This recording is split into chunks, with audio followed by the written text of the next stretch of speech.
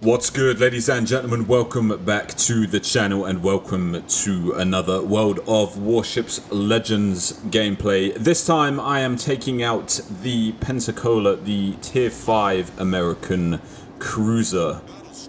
Now, this is one of the weakest cruisers in the game in terms of your armor profile. You really are an absolute sponge.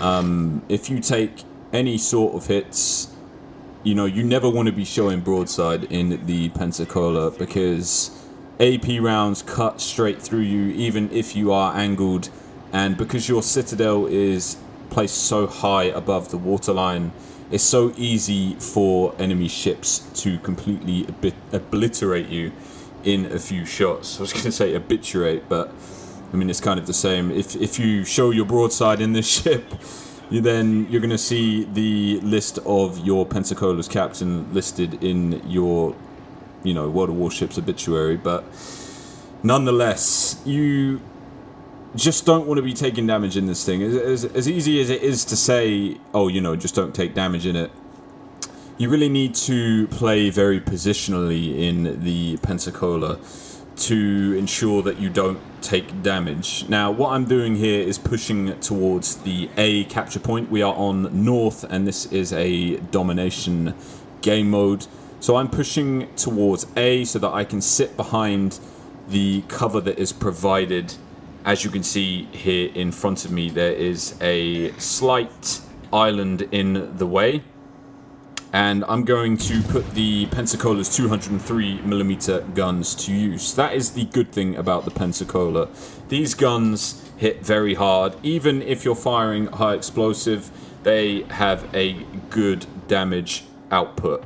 And the chance to set fires is pretty high. You know, set fires pretty often, which is something that you're going to see me do in this game. So I can, you know, display that to you and show you what kind of performance you can expect from these 203s. And we're taking some fire from an enemy DD who's just chilling in the smoke. And I've deployed my sonar just to spot his torpedoes for my team, hopefully allowing them to dodge it. And this guy set 2 fires on us now, which is kind of annoying, but I'm trying to get a broadside shot on the Nuremberg, but he is actually turning away. And we do get some decent penetrations there, though. 3 penetrations for 3,300 damage from the AP rounds. But realistically, I probably should have been firing high explosive at him at this point, because it would have been doing the same amount of damage, and it would have had a chance to set some fires as well. Again, getting some fairly decent penetrations there. 1 penetration, 3 overpens, and 3 ricochets. But because I have this island in my way, it's allowing me some little bit of cover, and if I had pushed out around the corner, then unquestionably the enemy battleships would have focused me immediately. People love shooting at Pensacola's because they're just damage sponges, honestly. They really are. Every time I see a Pensacola in a game, I prioritize it because I know that 9 times out of 10 I'm going to absolutely obliterate it in potentially, you know, 1 or 2 salvos. Swapping back to a high explosive now to deal with the T-22. Getting some good hits on him there. Keeping myself behind the island even so, you know, just in case this destroyer launches torpedoes, it's not going to be able to hit me because I am comfortably behind the island, and there's no way that his torpedoes are going to strike me from there. We're just whittling him down. Those last shells that hit him damaged his torpedo tubes, so chances are he's not going to be able to fire torpedoes now anyway. And just as I fire those shots at him, he actually moves forward, which doesn't allow my shots to hit him. But nonetheless, I'm prioritizing him more so than the other ships that I could be firing at, because destroyers are the most dangerous ships for you to have to deal with. Now, he gets blocked by the New Mexico, and one of my shells actually hits the New Mexico and sets a fire on him, which I will take. But he puts it out immediately, which is kind of silly because it was only 1 fire and he really didn't have to put it out. You know, the heal that you get on a battleship heals all fire damage that you will receive. So you may as well let the fires stack and then put them out after they have, because chances are, you know, you're just going to get shot again and then the fires are going to burn you down anyway. So now I'm aiming for the side of the New Mexico. I've actually got AP loaded here because he's giving me nothing but broadside to fire at. But I think I fired a little bit high there, actually. I got 7 overpens on that shot. But we did manage to take out the T-22, aiming a little bit lower now on the New Mexico with my AP. This should hopefully do a bit better. But 3 overpens again, as well as 2 normal penetrations. Now, at this point, there's no real reason for this guy not to be shooting at me. I must admit, I did get a little bit lucky this game by the enemies not shooting me when they had more than good enough chances to. This New Mexico, had he fired at me when I was broadside there turning, he would have absolutely sent me back to the port, unquestionably. And I'm reloading high explosive now to set some fires on this guy. But he is being engaged by a few of my friendly ships that are with me. It does look like his guns are pointing my way now, and I do 3,000 damage to him there with 9 HE penetrations, setting another fire. He's already used his damage control party to put out the fire that I got on him luckily earlier. So my fire damage is just going to keep ticking away at him and hopefully take him down. Firing one more salvo at him. 4 penetrations, and my fire finishes him off, securing my first kill of the game. Now I'm aiming for this enemy Koenig, using the rear guns to engage him, and I'm turning in to allow my front guns to get on target as well. We set 2 fires on him with that salvo. As you can see, the high explosive does like to set fires when you have this ship.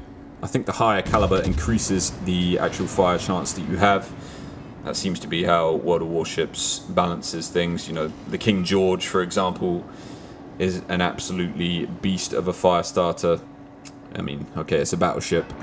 But the Pensacola loves to set fires as well. I'm just wondering what I took damage from, but it was an unspotted enemy Mutsu who we can now see. And now that the Koenig, I mean, again, the Koenig isn't focusing me whatsoever. I managed to get a full salvo at him with all of my guns after he had already repaired 2 of his fires. Dodging the enemy Mutsu shells, using the island to keep me in cover, fortunately. And unfortunately, all of my shells shattered on the Koenig there, not setting another fire, but we do have 2 active on him at the moment, which is allowing my damage to just tick up and up and up. So we're nearly at 50,000 damage at this point.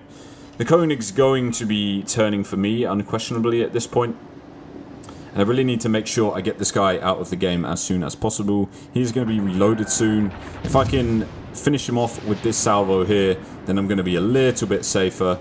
And as my shells land on the target, my fire ticks and finishes him off anyway. Now I swapped to armor-piercing rounds because this Nuremberg is giving me good broadside to shoot at right now. And the Nuremberg is as weak as the Pensacola. Striking that guy in his Citadel, 5,000 damage, and I can easily aim the back guns at him now because he's not focusing at me. Firing that salvo at him, and that hits his Citadel as well, destroying him, bringing me my 3rd kill of the game. Now there's still 2 enemy battleships in the mix, and one of them's the New Mexico, but fortunately for me, he's firing high explosive. If this guy was firing armor piercing, I would be, well, in deep trouble. Very, very deep trouble. But I've just been evading his shots successfully, using that island to give myself some cover. But I've drifted too far away from the island to utilize it now, so I'm going to have to rely on my guns and my maneuverability keeping me alive. And hopefully this guy, if he doesn't focus on me, then we can whittle him down. We do have a friendly battleship with us in support, so hopefully if I can get the New Mexico to show his broadside, my friendly battleship will take him out. But the reason why I'm sailing the way that I am at the moment is to try and escape being shot at by the Mutsu and the New Mexico at the same time. But I'm not able to do that at this point in time. The Mutsu is easily in range of me, and I'm just kind of fishtailing my Pensacola around to avoid being hit by these guys. But I am actually unspotted now, so if I don't fire my guns, then I can get myself into a position where I am relatively safer than I was before. It's 2 versus 3 at this point. The enemies have a DD advantage, which is something that you always don't want to have to face off against. But as you can see on the mini-map, their DD is currently capturing the C point. So I know I don't have to worry about him currently. I need to focus on destroying these 2 battleships with my friendly battleship. And then hopefully we can deal with the enemy Jaguar who's remaining. Now I set a nice fire on the New Mexico. But again, he has immediately put that fire out. I only set 1 fire on that guy, and he decided to use his damage control party to put it out. I've set 2 fires on the Mutsu now, so I know that probably both of these guys have used... Yeah, you can see he put that fire out, so I know that both of these BBs have used their damage control parties now, and I can fire at both of them freely. My teammate asked for some assistance dealing with the New Mexico, and I fire at him and I set a fire. So that fire is just going to tick away at this guy and hopefully take him out. If he had not have used his damage control party, then, you know, he could have put his second fire out and then potentially got into safety behind the island. But he decided otherwise. He put out the fire earlier in the match, and now he's having to deal with me actually damaging him with these high explosive rounds, and I have a fire on him which is more than likely going to finish him off now. So I decide to swap to the Mutsu. I know that he's used his damage control party. Fortunately, the New Mexico is still firing high explosive, which is allowing me to live. We get good shots on the enemy Mutsu, setting another fire, and again that is just going to tick away because he has used his damage control party. My friendly Fuso takes out the enemy New Mexico, unfortunately denying me of my Kraken in the process. But we've picked up a high caliber and a Confederate medal now. We're over 1,000 damage at this point as well, which is nice. Just trying to set another fire or 2 on the Mutsu, but he's not even looking at me. If this guy had have chose to shoot me instead, maybe he'd have lived. Maybe he could have dealt with the Fuso, but dealing with a Fuso and a Pensacola who is consistently setting you on fire after you've already used your damage control party. You can see he's used it again now, and my Fuso CITADELs him, securing the kill. Now I really need to kill the enemy DD at this point, and I suspect that probably he has moved from C and come down the map to try and deal with me and the Fuso who is with me as well. And my suspicions, I think my suspicions are going to be correct. I mean, you can see there's a torpedo there, but I think that was launched from the Mutsu. There's no way that the DD would have been all the way over there. Not from C, no way. So I've just slowed down to kind of consider my options here. I've gone into full reverse and I'm thinking about where the enemy DD is going to show himself. I mean, it's very possible that he could just run away and, you know, win this game because they have 2 of the capture points and we only have 1.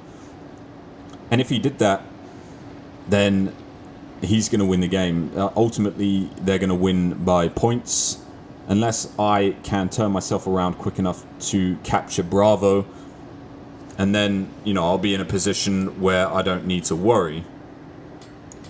But I'm just considering my options at this point, trying to work out where he's going to appear from. And I'm staying close to my friendly Fuso because I think, you know, if the Fuso gets spotted, then I know that the DD is in the area and has somehow managed to evade me. But I think, you know, I've gone into full ahead here because I suspect that he's going to come around this island potentially.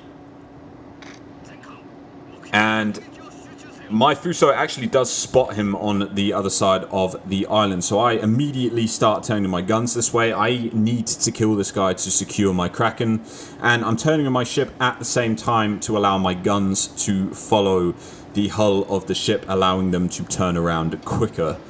I need to get my guns on target, and I also need to not be broadside, because if this guy's firing AP, he could very easily finish me off.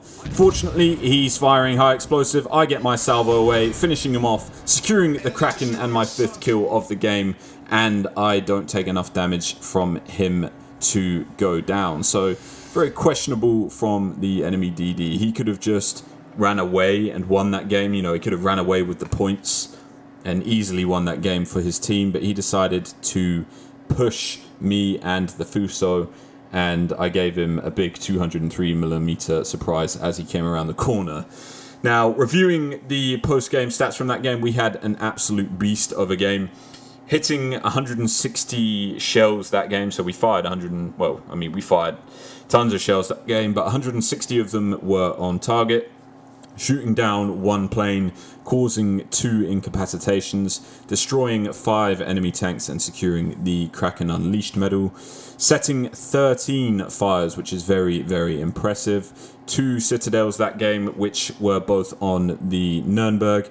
We defended the A-cap a total of 12 times, and we actually assisted in capturing the A-cap as well, picking up a silver total of 321,954, as well as 8,616 experience. Although I think, if my memory serves me correctly, this game was on a daily double. I think that's why you can see the victory bonus received. Yeah, that is why you can see the victory bonus received in the top right-hand side of the post-game stat screen.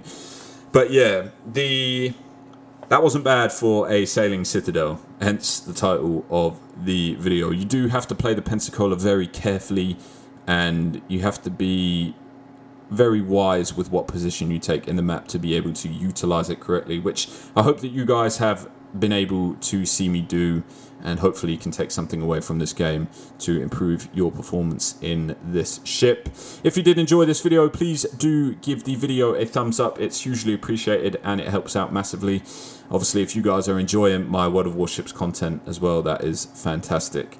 And I will catch you in the next one. Until then, take care, stay safe, and peace out. I like that.